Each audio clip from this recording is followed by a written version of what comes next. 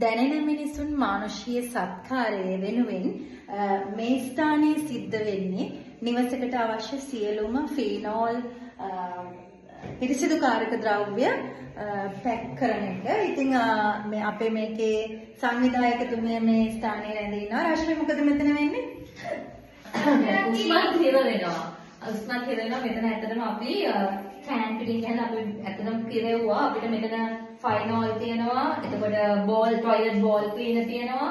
Flow cleaner තියෙනවා. Hand wash තියෙනවා. මොනවාද? ඩිෂ් වොෂ් තියෙනවා.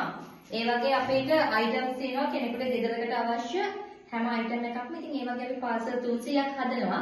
ඉතින් මේ සඳහා අපිට හැමදාම අනුග්‍රහය දුන්න, ඒ වගේම ශ්‍රමයෙන් දායක වෙච්ච හැමෝටම ගොඩක් පින් කියනවා. ඉතින් දැන් මිනිස්සු කියන්නේ මහේෂි හැමදාම වගේ අපි සභා ධර්මයේ උන්නතිය උදෙසා උස්ම ගන්න ගහකොළ සතාසීපාව හැමෝම. ඉතින් අපි එකතු වෙලා මේ වැඩේ ලස්සනට කරමු.